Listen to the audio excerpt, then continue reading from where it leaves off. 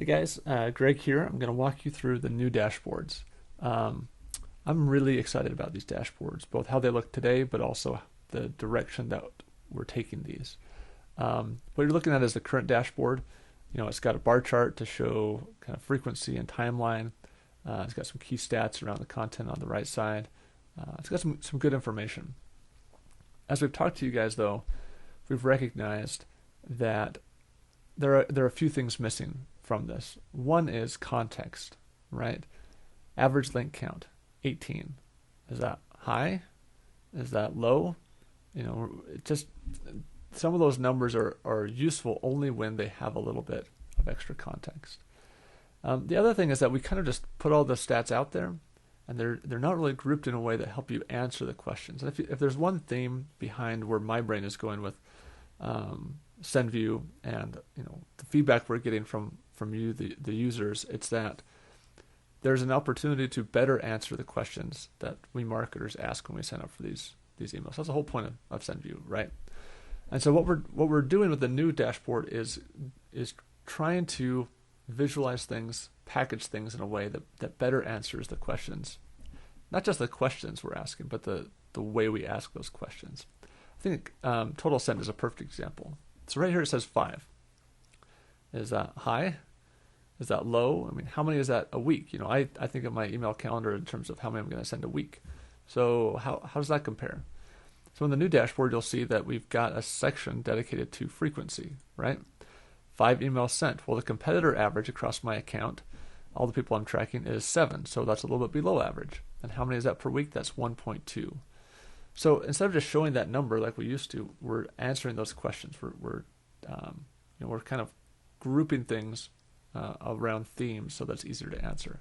Same thing with the daily overview. We've ditched that bar chart so that when you're asking questions like, what day of the week are they sending on, or how did things look around Christmas or New Year's or whatever, you are actually viewing it the same way you think about it. You think about your marketing in terms of a content calendar, and you can visualize it the same way now as well. Same thing with 1.2 a week, right? That's an average, but no one can send 0.2 emails, so this helps you visualize, oh, I see, it's 1 a week, and then 1 week they happen to send 2. And we're going to do a lot more with the calendar, I think, going forward in other areas of SendView. But we didn't just leave it at that, right? In the old dashboard, we show you that Thursday is the most frequent send day. What we've done is pulled out those timing charts as well, so that you see Thursday in context with the other days of the week. And same thing with time of day. And we've done the same thing with subject lines. Emoji, that's a new one. Competitor average, 9% of subject lines include emoji. The sender has 0. Content is another one. Link types. We're just trying to answer some of those big questions that we keep hearing from you guys. And then the one I like the most, at least in this view, that's a little foreshadowing for just a second, is technology.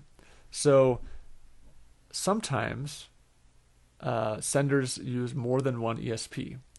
And while we've said in the past most frequent ESP is acoustic, well, what about the others? What is that percentage? So we've just visualized it in a different way. So when there are more than one ESP right here, we can show both of them and the percentage of how many emails were sent with each one. Same thing with DKIM, with SPF, responsive. But what we've also added is things like AMP for email. Are they using AMP?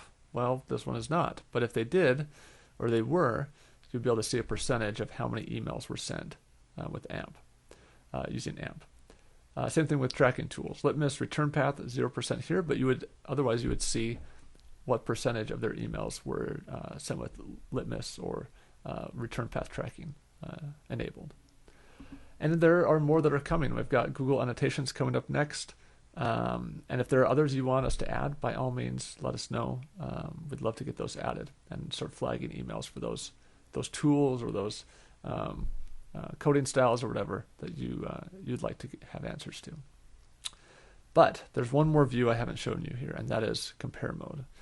So with this layout, this simple 3-column tiled layout, what we can do is stack these things vertically, right? In one big column. And then from there, we can add a competitor and compare them side by side.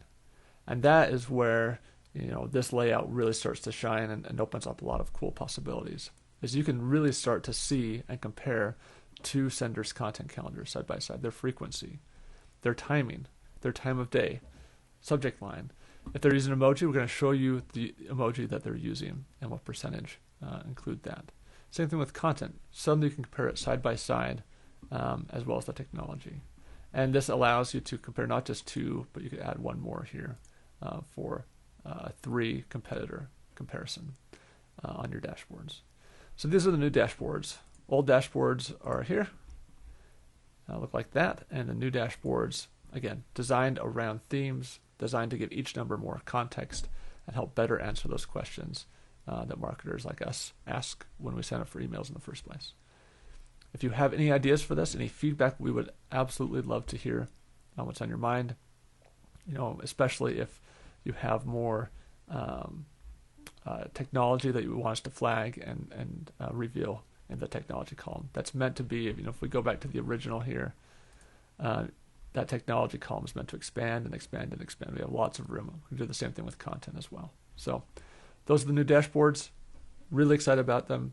Don't hesitate to reach out if you have any questions or feedback, and we will hopefully talk to you soon. Thanks.